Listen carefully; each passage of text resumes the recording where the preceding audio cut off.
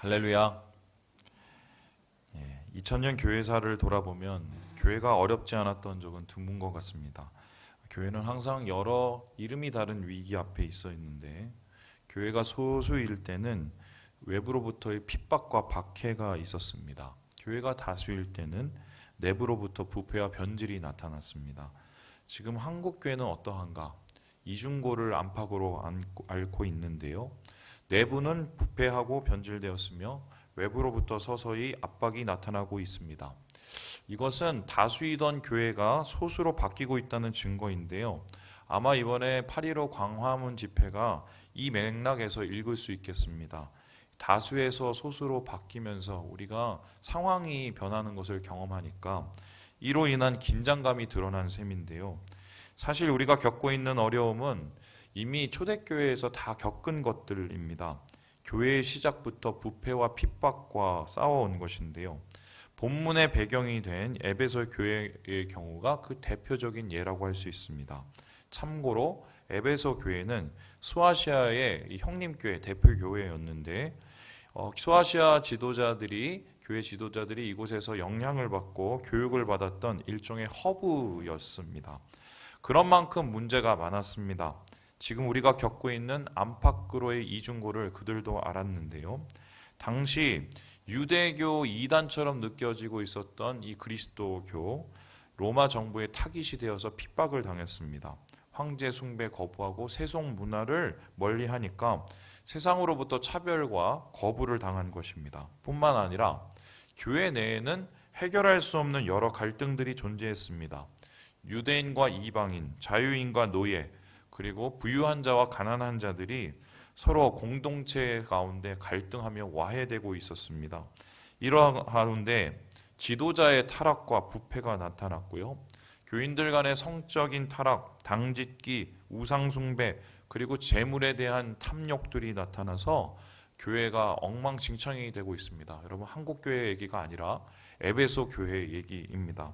어쨌든 이게 교회인가 싶을 정도의 답답한 일들이 횡행하고 있었는데요. 이와 같은 안팎의 어려움 속에서도 교회가 유지하고 있었지만 에베소 교회를 단방에 넘어뜨리는 카운터 펀치가 있었어요. 그 치명적인 한 방이 무엇인가? 바로 거짓 교사들의 출현이었습니다. 우리 함께 2장 17절의 말씀을 같이 한번 읽어봅니다. 시작. 그들의 말은 악성 종양이 퍼져나감과 같은데 그 중에 후메네오와 빌레도가 있느니라. 바울이 이들을 가리켜서 뭐라고 표현했냐면 악성 종양이라고 말했습니다. 다시 말해서 암덩어리라는 건데요. 원어상으로 보면은 이 암덩어리가 아니라 이게 의역입니다. 이 헬라어 강그리아인데요. 이 강그리아의 정확한 뜻은 괴저예요. 괴저. 전 이게 무슨 말인가 했더니 살이 썩어 내리는 것을 말하는데 혈액이 공급이 안 되고 세균이 감염이 되면서 큰 덩어리의 도직이 괴사되는 현상이라고 말합니다. 여러분에게 직접적으로 한번 끔찍한 걸 보여드리죠. 이게 괴저인데요. 괴저. 보세요. 저 큰 거 위에 또 작은 게 보이죠. 점점 더 저 작은 게 저렇게 크게 변하게 됩니다. 괴저의 문제점은 죽인다는 것이고 또한 퍼진다는 것입니다. 주변 조직까지 썩게 만들어서 결국 그 부위, 팔다리를 잘라내야 되는데요. 에베소 교회에서의 후메네와 빌레도, 그리고 이들의 조상격인 알렉산더가 이러한 괴저와 같은 모습이었다. 대표적인 거짓 선지자였습니다. 그런데 지금 우리는 바울을 통해서 이들이 거짓 교사라고 듣지만 당시 에베소 교인들은 그들을 전혀 거짓 교사라고 생각하지 않았습니다. 오히려 그들은 인기 목회자 내지는 스타 강사로 사람들의 각광을 받고 있었던 것입니다. 여러분, 항상 그렇습니다. 상황이 어려워지고 힘들어지면 교인들의 마음을 빼앗는 짝퉁 교사들이 나타나기 마련입니다. 이들 때문에 그나마 남아있던 교인들, 교회의 뿌리까지 흔들리게 되는데요. 이 찰스 스윈돌 목사님은 이런 거짓 교사들, 짝퉁 교사들에 대해서 다음과 같이 이야기를 합니다. 우리 같이 한번 읽어볼까요? 시작. 자고로 진리가 있는 곳에서는 늘 사이비들과 사기꾼들과 거짓말쟁이들이 진리를 교묘하게 뒤틀어 이익을 보곤 했다. 그들은 하나님의 빛을 비추는 등대로 행세한다. 그러면서 순진한 사람들, 지나치게 믿는 사람들, 쓰린 상처를 입은 사람들을 마치 불꽃에 꼬이는 나방들처럼 끌어들인다. 이렇게 유해한 믿음을 퍼뜨리는 사람들은 아무것도 내주지 않으면서 모든 것을 집어삼킨다.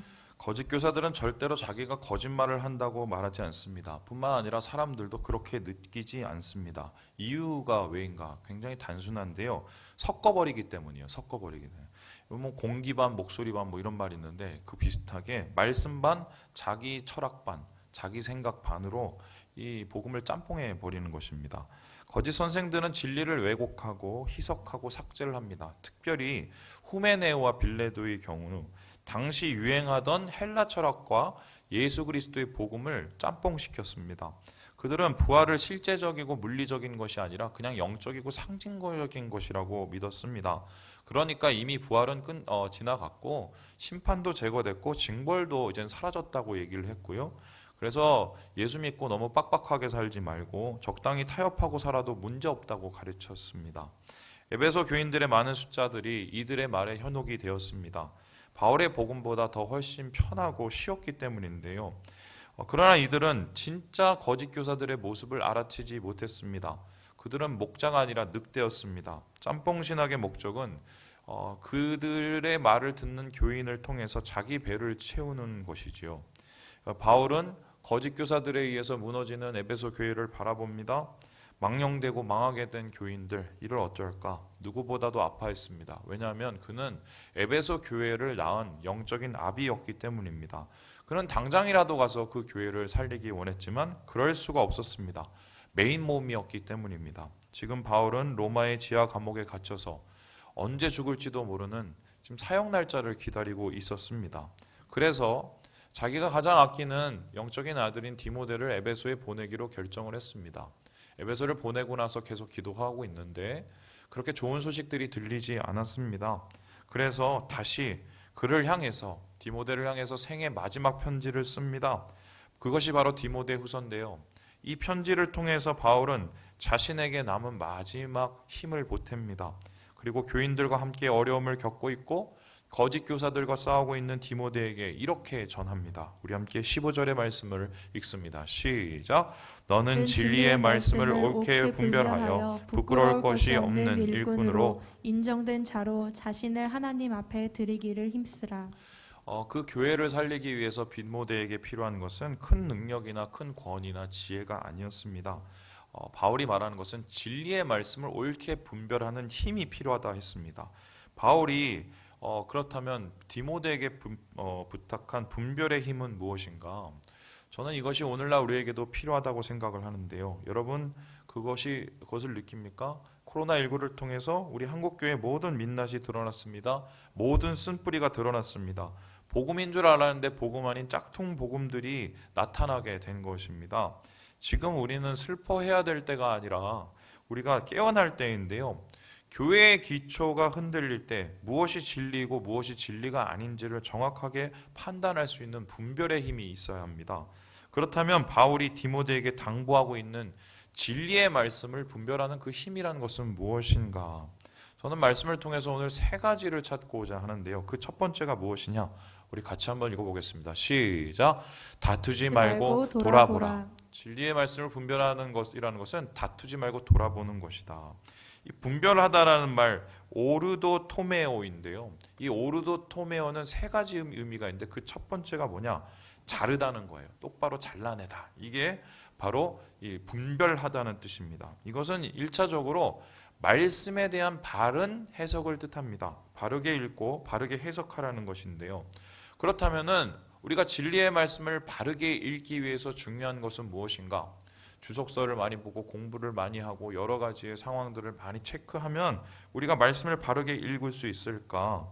저는 여기에 대해서 이 바울의 이야기를 참고합니다. 우리 함께 14절의 말씀을 같이 한번 읽어보도록 하겠습니다. 시작. 너는 그들로 이 일을 기억하게 하여 말다툼을 하지 말라고 하나님 앞에서 엄히 명하라. 이는 유익이 하나도 없고 도리어 듣는 자들을 망하게 함이라. 싸우지 말고 자신을 돌아보는 일이 필요한 것이에요. 거짓 교사들은 다툼과 싸움을 좋아했습니다. 그들은 틈만 나면 남 욕을 했어요. 비난을 했고 비판을 했습니다. 그 비판의 대상은 대부분 누구였냐? 에베소 교회를 세운 바로 바울이었습니다. 왜요? 바울을 깎아내리고 비난해야 자신들의 위신과 지위가 올라갔기 때문입니다. 바울은 이들의 다툼에 대해서 아무 유익이 없다 말합니다. 오히려 듣는 자들을 망하게 한다고 말합니다. 여러분 생각을 해보세요. 말씀을 들으면 영원히 살아야 되는 게 맞습니다. 신앙이 성장하는 게 맞습니다. 그런데 거짓 교사들의 말은 오히려 전혀 반대의 결과를 낳습니다. 그 이유가 무엇일까? 저는 한 가지라고 봐요. 성찰이 없기 때문이에요. 자신을 돌아보고 돌이키지 않는 말씀은 우리에게 전혀 도움이 되지 않습니다. 윤원근 교수라는 분이 있는데 경희대에서 교양학부에 있는 분이에요. 이분이 교회대에서 되게 비판적인 시각을 가지고 있는 분인데 알고 봤더니 교인이에요. 그것도 굉장히 교회를 사랑하는 교인이라고 자신을 표현하는데요. 이분이 최근에 이제 기독교인도 모르는 기독교라는 책을 썼는데 여기서 한국 교회를 뭐라고 얘기하냐? 이렇게 말을 합니다. 우리 같이 한번 읽어보죠. 시작. 지금 한국의 기독교는 심각한 문명 전응화의 상태에 빠져 있습니다. 특히 보수 교회들은 자유민주주의 체제를 수호해야 한다고 주장하면서도 자신의 교회는 전혀 자유민주주의적으로 운영하지 않는 이중성을 보입니다. 그러면서 오히려 자유민주주의적으로 운영되는 세상을 악하고 타락한 것으로 정죄하고 교회가 이를 구원해야 한다는 식으로까지 나아갑니다. 매우 날카롭죠. 이런 거예요. 태극기를 들고 한 손에는 또 여러 사랑하는 마음을 들고 나와서서 뭐 이런 자유 민주주의 대한민국을 우리 지키자 이렇게 얘기하십니다. 광화문에 나오셨던 분들 중에 정말 나라 사랑하는 마음으로 오신 분 있을 거예요. 그리고 반면에 그 자리에는 나라가 아니라 나를 지키기 위해서 내 교회 지키기 위해서 오신 누군가도 있었을 것입니다. 그분들의 주장을 한번 살펴봅시다. 정부가 정말 교회를 핍박하고 있다고 한번 쳐봐요. 그런 면이 분명히 있어요. 그리고 정부의 친북 세력, 소위 말해서 빨갱이들이 있다고 한번 생각을 해봅시다. 있겠죠. 저는 있을 수도 있다고 생각을 해요. 그리고 그분들이 북한의 지시를 받아서 지령을 받아서 나라를 위기에 빠뜨리고 있다고 한번 가정을 해봅시다. 자, 그런데 한번 솔직하게 이제 대답을 해보세요. 빨갱이들이 교회를 무너뜨렸습니까? 좌파들이 교회를 무너뜨렸습니까? 교회를 무너뜨린 것이 좌파의 책동 때문입니까? 아니면 교회의 타락 때문입니까? 북한의 지령을 받은 빨갱이 때문입니까? 아니면 부패한 교회의 지도자들 때문입니까? 만약 그분들의 주장대로 한국교회가 좌파의 책동에 무너진다 해도 우리는 크게 할 말이 없습니다. 왠지 아세요? 이미 교회는 무너지고 있었기 때문이에요. 성찰이 없는 설교, 돌아봄이 없는 리더, 돌이키지 않는 교인이 교회를 엉망으로 만들고 있는데 우리가 어디에 가서 누구 탓을 하겠습니까? 그래서요, 바울은 말씀을 제대로 분별하는 힘, 잘라내야 된다. 자기 자신을 말씀으로 잘라내야 된다고 얘기를 하면서 이렇게 우리에게 권고를 합니다. 디모데후서 2장 21절의 말씀을 같이 한번 읽어봅니다. 시작. 그러므로 누구든지 이런 것에서 자기를 깨끗하게 하면 귀 쓰는 그릇이 되어 거룩하고 주인이 쓰심에 합당한 모든 선한 일에 준비함이 되리라. 자기 자신을 깨끗하게 하는 거예요. 하나님께서 사용하시는 그릇은요, 좋은 그릇, 금그릇, 은그릇이 아니라요, 깨끗한 그릇이에요. 그런 의미에서 한국교회, 한국 지도자들, 한국 교회는요, 깨끗하지 못합니다. 우리가 우리 자신의 더러움은 덮고 남의 더러움은 드러내는 일을 얼마나 많이 했습니까? 우리는 지금 더러운 그릇과 같습니다. 그러니까 하나님께서 우리를 깨뜨리시는 것이 아닐까. 말씀으로 우리 자신을 재단하고 교회를 돌아봐야 합니다. 여러분, 다른 사람 얘기할 것도 없어요. 간혹 교회 큰 상처를 가지시고 목사님 욕하고 인생 마감하시는 분이 있는데 그거 잘못된 거예요. 자신부터 먼저 돌아봐야 됩니다. 그래서 내 안에 하나님이 원하시지 않는 것이 있으면 무엇이든지 잘라내야 됩니다. 그게 분별이에요. 그리고 우리 안에 하나님이 원하시지 않는 것이 있다면 무엇이든지 도려내야 됩니다. 그것이 진리의 말씀을 분별하는 것입니다. 그래야 교회가 살고 우리가 살게 되는 것입니다. 분별은 성찰로부터 시작이 됩니다. 남에게 할 것도 없고요. 쓸데없는 싸움에 휘말릴 필요 없습니다. 내 자신과 싸워야 돼요. 내 자신 안에 있는 죄와 싸워야 되고 우리 안에 있는 악과 싸워야 됩니다. 분별은 그런 것입니다. 그런 분별의 힘을 통해서 교회는 영혼을 살리게 되는 것입니다. 두 번째로 오늘 말씀에 나오는 분별하는 것, 진리의 말씀을 분별하는 것은 무엇인가? 우리 같이 한번 읽어봅니다. 시작. 말하지 말고 행동하라. 분별하는 것은 재단한다고 얘기했어요. 자른다, 내 자신을 자른다, 우리를 자른다, 성찰하는 것. 두 번째로는 뭐냐면 말로 끝나는 게 아니라 행동을 하는 거예요. 행동, 뭔가 행동을 하는 건데요. 특별히 분별하다라는 이 단어 오르도토메오는 두 번째 의미가 길을 닦다라는 의미예요. 그러니까 한마디로 내 안에 그리고 우리 앞에 있는 여러 불의의 그를 치워버리고 하나님이 원하시는 길을 닦아서 그 길로 행해서 가는 것이 바로 분별하는 것입니다. 말하는 것에서 끝나는 것이 아니라 바르게 행동하는 것이 분별하는 것이죠. 우리 함께 16절의 말씀을 같이 한번 읽어보겠습니다. 시작. 망령되고 헛된 말을 버리라. 그들은 경건하지 아니함에 점점 나아가나니. 거짓 교사들의 특징은 입으로 시작해서 입으로 끝났다는 것입니다. 다시 말해서 그들의 말에는 열매가 없었어요. 열매가 있다면 대부분 성경에서 말하는 안 좋은 죄의 열매뿐이었습니다. 바울은 이들의 말을 망령되고 헛되다고 평가를 했습니다. 망령되다는 말은 불경스럽다, 거룩하지 않다는 것이고요. 헛된 말은 잡담의 수준에 속하는 공허하다는 것입니다. 이런 쓰잘데기 없는 말싸움에 그들이 치중했던 이유가 무엇인가요? 사람들이 이런 말을 좋아했기 때문인데요. 저는 거짓 교사들을 한마디로 이렇게 표현하고 싶어요. 등글게다, 등글게. 우리 안에 뒤에 막 답답한 게 있잖아요. 제가 사실 등글게 하나를 들고 나왔는데요. 이걸 여러분 앞에 보여주려다가 참았어요. 긁어주는 거예요. 내가 거기 긁었는데, 긁고 싶었는데, 고마워. 막 긁어주는 거예요. 그런데 실제적으로 그들의 말 속에는 나를 시원해주는 말도 있지만 반면에 우리를 더럽게 하는 말도 있습니다. 대표적인 말 여러분 기억하시죠? 지금 사회에 온 지탄의 대상이 되고 있는 전땡땡 그분, 그분 목사도 아니에요. 그분 2005년에 한 대구의 교회 가서 뭐라고 그랬냐? 여신도가 나를 위해서 속옷을 내밀면 내 신자고 그렇지 않으면 내 교인이 아니라고 해서 빤스 목사가 됐습니다. 이것이 빌미가 돼서 교단에서 쫓겨난 사람이에요. 그리고 이 사람은 신학교를 어디 다니는지도 정확하게 몰라요. 6개월 어디서 굴러서 그냥 목사 안수를 스스로 받았다고 말하는 사람입니다. 그리고 나서 드디어 사람들의 많은 지지를 받고 2019년 10월 22일 날 청와대 앞에서 이렇게 얘기했습니다. 하나님 까불면 나한테 죽어? 여러분, 이런 불경스러운 말과 공허한 말을 쏟아내는 사람을 많은 사람들이 왜 따라가고 있을까요? 그거는 기억이 안 나요. 내 등 긁어주는 것만 기억해요. 가려운데 긁어주는 것만 기억하는 것입니다. 그래서요, 어떻게 이 말을 한 사람이 목사라는 이름으로 서 있는지 모르겠습니다. 그것도 많은 사람들, 심지어 목회자들의 지지를까지 받게 되는데 경건한 말보다 다른 말들, 사람의 심정을 자극하고 선동하는 말이 너무 달콤하기 때문이 아닐까. 유기성 목사님이 지난주에 영성일기에 이런 말씀을 쓰셨어요. 우리가 맨날 틈만 나면 무슨 대회하고 기도회하고 모여서 회개하자, 잘못했다, 하나님 앞에 돌이키자 이런 말을 그렇게 많이 했는데 왜 교회는 항상 이렇게 안 좋아지고 엉망이 될까? 왜 이렇게 변화가 없을까? 이런 막 한탄을 하시면서 이 유기성 목사님이 그렇게 결론을 내리셨어요. 말만 하고 행동은 안 하기 때문이다. 이 말에 저는 전적으로 동감합니다. 여러분, 주님이 우리에게 정확하게 말씀하셨어요.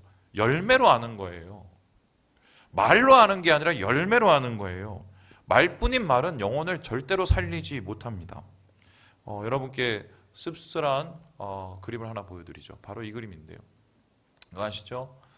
가까운 바로 포천에서 일동 어디인가에서 한 분이 보건소 직원이 왔는데 접촉자고 확진을 받을 만한 잔데 거부하고 검사를 거부하다가 나중에는 여직원을 껴안고 그리고 바닥에 침을 뱉는 등 난동을 부렸습니다. 그리고 뭐라고 그랬냐?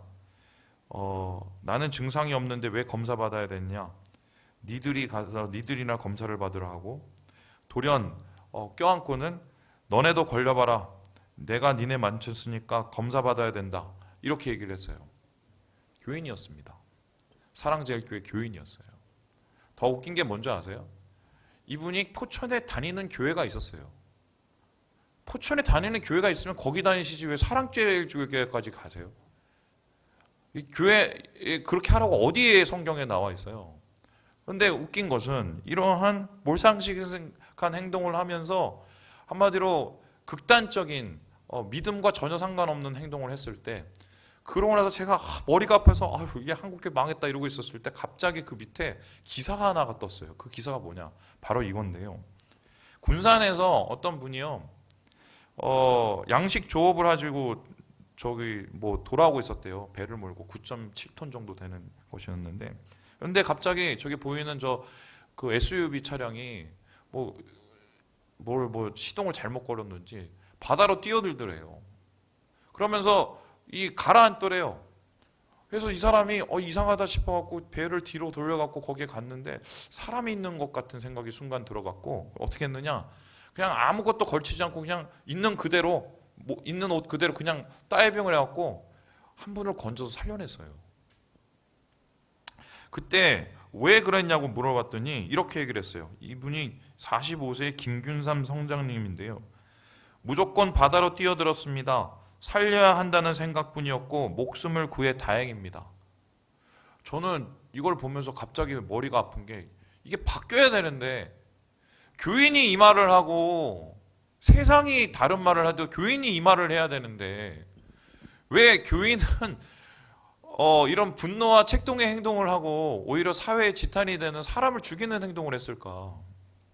근데 이 말을 보다가 갑자기 그 밑에 댓글을 확인했는데 거기서 놀라운 거를 봤어요. 그 댓글이 뭐냐?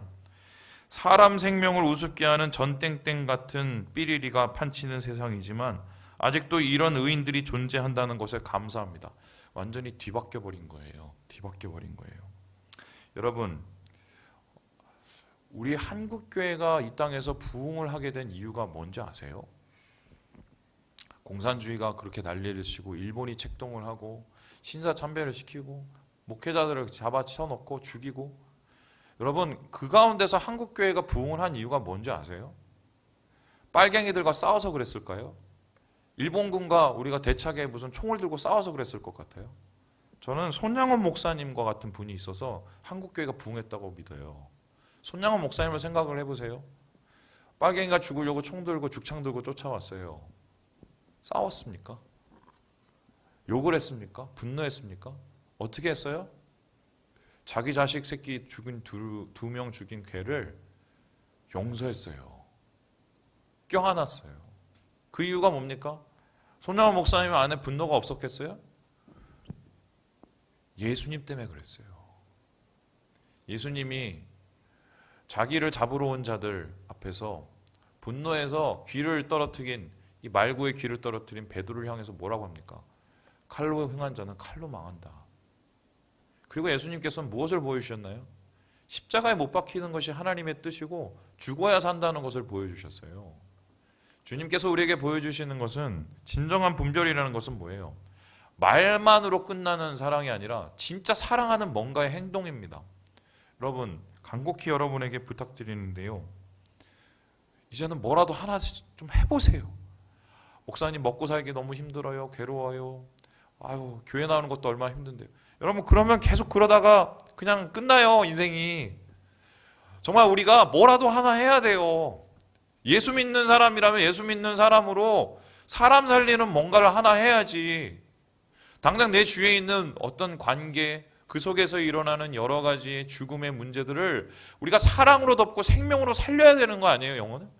주님께서는 이 디모데에게 바울을 통해서 진리를 분별하는 힘이 바로 사랑으로 행하는 것, 주의 일을 말만이 아니라 행동으로 보이는 것이라고 우리에게 말씀하고 있는 것입니다.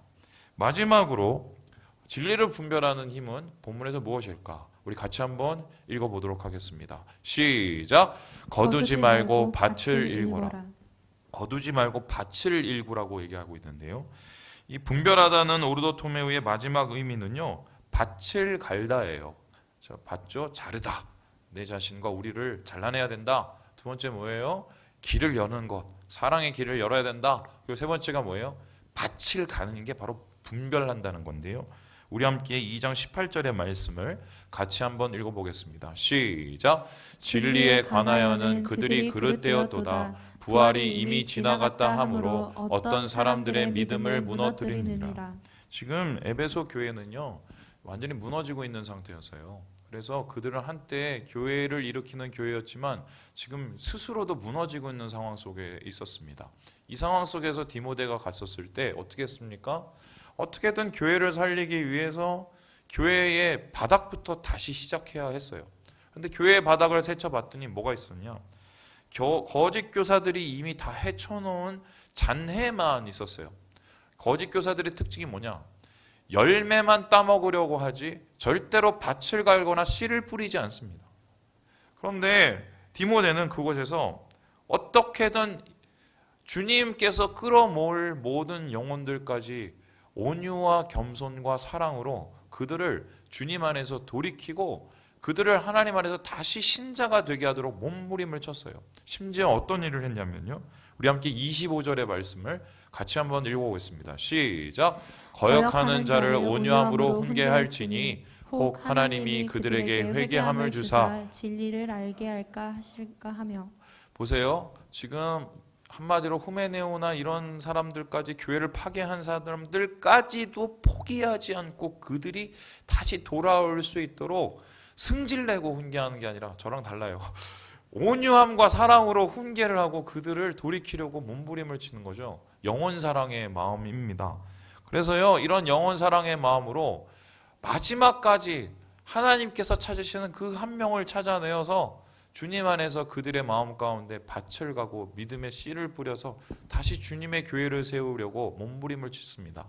여러분, 진리를 분별한다는 것은 그거예요.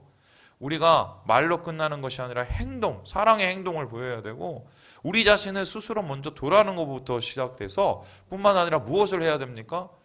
무너진 이 땅의 교회의 터전을 다시 밭을 가는 것, 이게 진리를 분별하는 거고, 이러한 진리를 분별하는 모습, 이 힘을 통해서 교회가 다시 살아나는 거예요. 그래서 주님께서는 뭐라고 하시냐? 이 교회 터를 무너뜨리지 않으신다고 얘기하시면서 두 가지를 얘기하세요. 주님이 주의 백성을 안다. 주의 교회를 위해서 열심히 몸부림치며 밭을 가는 사람들을 주님이 안다고 말씀하십니다. 그리고 말해요. 주님의 교회를 위해서 열심히 밭을 갈면서 불의를 해치고 하나님의 의의 씨앗을 뿌리는 자들을 주님이 기억하신다고 말씀을 하십니다. 그래서요, 이러한 자들이 있는 한 진리를 분별하는 힘을 가지고 땅을 파고 씨를 뿌리고 열매를 맺히게 해서 몸부림치는 자들이 있는 한 교회가 절대로 망하지 않는다고 주님께서 바울을 통해서 말씀하신 거예요. 말씀을 마치기 전에 제 얘기를 하고 마치겠습니다. 저는요, 솔직히 그래요. 저번에 그 독서 모임을 잠깐 했는데 독서 모임에서 저한테 누군가 그렇게 물어보셨더라고요. 왜 목사님이 되셨냐고. 근데 저는 진짜 목사 될 마음이 1도 없었어요. 그이가 목사라는 직책이 저하고 안 맞다고 생각을 했고, 마음도 넓어야 되고 너그러야 되고, 저 그런 게 참 부족한 사람이라 내가 그걸 어떻게 하겠어 싶었고요. 두 번째는 뭐냐면, 워낙 교회에서 받은 상처들이 있어갖고 내가 무슨 상처를 가지고 어떻게 목사가 되겠냐는 생각이 있었어요. 또 뿐만 아니라 좀 자유로운 제 마음에 어떤 그런 것들이 있어서 이런 마음으로 무슨 목사를 해서 사람들을 설득이나 할 수 있겠나 싶었는데, 하나님께서 이상하게 신대원 가라고 해서 신대원 갔고, 목사 한수 받으라고 해서 목사 한수 받고, 그래도 그나마 좀 자유로운 사역을 하고 싶어서 선교사가 되고 싶었는데 어떻게 하나님께서 축복을 해주셔서, 너무 축복을 하신 나머지 의정부에 꽂아주셨어요. 삼일교회 같이 오셨어요. 근데 제가 삼일교회 맨 처음에 오고 나서 솔직히 말씀드리면, 그때 아마 제가 말씀드렸을 거예요. 마음 한쪽이 되게 무거웠어요. 와, 내가 정말 어릴 때 봤던 그런 목사님이 되는 거야? 내가 그렇게 할 수 있을까? 난 그런 토양이 안 되는데 지나고 나서 제가 이제 그 이유를 알겠어요. 제가 사역을 하면서 한 번도 쉽게 사역을 해본 적이 한 번도 없어요. 맨 처음 갔던 교회는요, 고등부였는데 거의 문 닫기 직전에 고등부였고요. 미국 교회에서는 한 번 쓰러져서 정말 바닥까지 떨어졌다 올라오는 교회에서 제가 사역을 했고요. 또 뭐 강남에 있는 교회나 뭐 대형 교회에서 사역을 했을 때도 결코 쉽지 않은 사역을 했어요. 그때 제가 불평이 있었어요. 하나님, 나는 왜 이렇게 빡빡 바닥부터 굴립니까? 제가 불평을 그렇게 했는데 지금 보니까 죄송한 말씀이지만 이건 제 자랑 같은데 이때를 위함이 아닐까. 지금은 바가는 사람들이 필요해요. 열매 거두는 사람들은 얼마든지 많아요. 눈물을 흘리며 씨를 뿌리고 밭을 가는 자들이 필요할 때가 바로 지금이에요. 우리가 그 열매를 못 거둘 수도 있어요. 힘들 수도 있어요. 하지만 하나님 안에서는 진리를 분별함으로 황폐한 땅에 가서 밭고랑을 일구고 그 속에서 주의 영혼들을 받을 준비를 하는 그 한 사람의 사람, 그 사람을 통해서 한국교회를 다시 쓸어 나가셔야 하는 것이 아닐까, 저는 그렇게 생각을 하거든요. 말씀을 마칩니다. 사랑하는 여러분, 지금은 다툴 때가 아니라 말로 끝날 때가 아니라 행동할 때이고요, 밭을 갈 때예요. 여러분이 갈 밭은 무엇입니까? 어디입니까? 일할 곳은 많은데 일꾼이 없습니다.